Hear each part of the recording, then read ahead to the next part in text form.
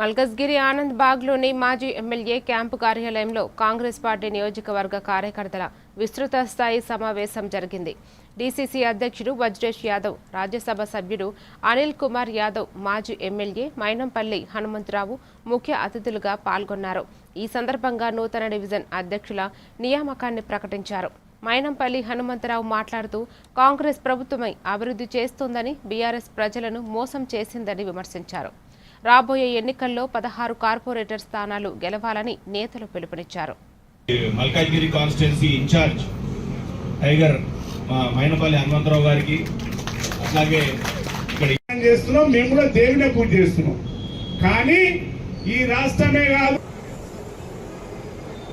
ఆ రోజు కూడా ధర్మయుద్ధం జరుగుతున్నప్పుడు పెద్దలు రేవంత్ అన్న గారు ధర్మయుద్ధం చేస్తున్నప్పుడు ఇదే హనుమంతుడు వచ్చి సపర్లు కొట్టున్నాడు కదా.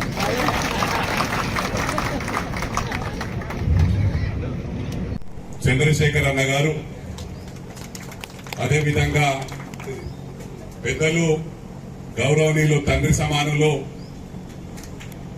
అధ్యక్షులు పెద్దలు గౌరవనీయులు అశోక్ రెడ్డి అన్న గారు, అదేవిధంగా బి బ్లాక్ అధ్యక్షులు పెద్దలు గౌరవనీయులు వెంకటేష్ యాదవ్ అన్న గారు, సీనియర్ మోస్ట్ నాయకులు పెద్దలు గౌరవనీయులు మా తమ్ముడు ఏ బ్లాక్ అధ్యక్షులు శేఖర్ అన్న గారు, 1 పాయింట్ ప్రోగ్రామ్ డబ్బులు సంపాదించుకొని డబ్బులతో రాజకీయం చేయొచ్చు అనుకున్నారు. కేసీఆర్ గారికి ఎదురు దెబ్బ కలిగింది. మొన్న ఉదాహరణకు విజయ్ గారు, గౌరవ ముఖ్యమంత్రి, తమిళనాడు ముఖ్యమంత్రి రూపాయి ఖర్చు పెట్టకుండా వాళ్ళ దగ్గర ఉన్న డ్రైవర్లు, ఆటో డ్రైవర్లు కూడా ఎమ్మెల్యేలు అయింది. ఇది ప్రజలలో మెసేజ్ తీసుకెళ్లాలి.